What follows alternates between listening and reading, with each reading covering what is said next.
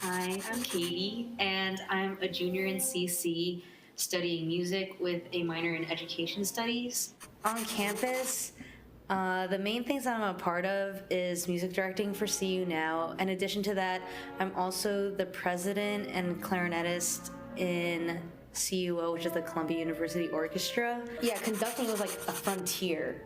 And I think a lot of times it's like when I approach things that were new to me musically, I would either think that I have no place in it, or I would just be discouraged that I wasn't there, or like I couldn't do it.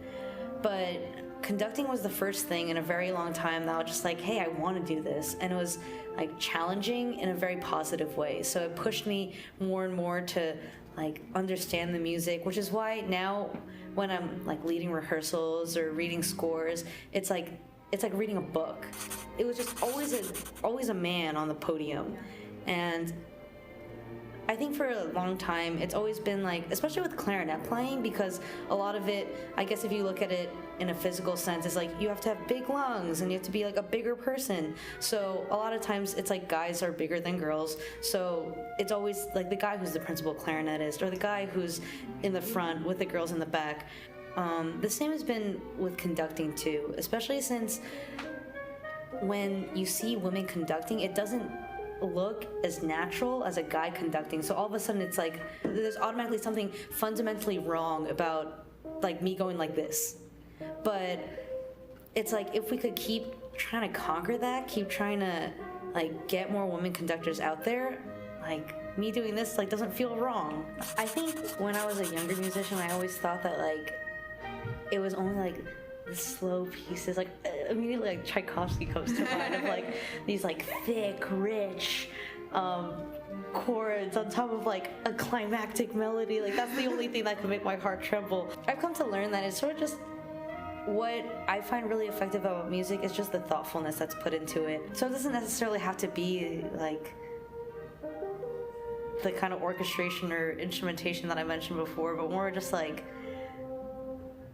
a performance that shows process and a performance that shows like real effort and thought.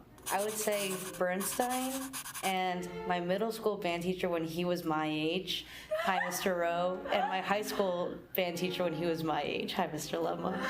Because I want to see like where they were in terms of like what they wanted to do with their life and how they ended up like teaching.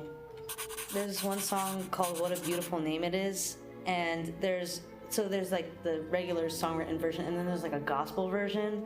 I listen to that like all the time, so that's probably the most played. Take things slow, because I think it's whenever I'm going through technical passages, it's like I always get so frustrated that I can't get them down.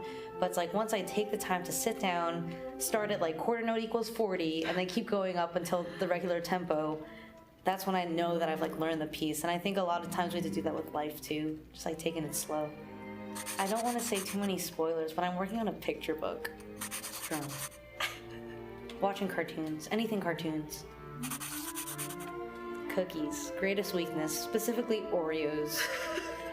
But it's like Thins, it's just like delicious. So it's like I'm sitting in a chair, right? If anyone like touches my chair, I get so annoyed.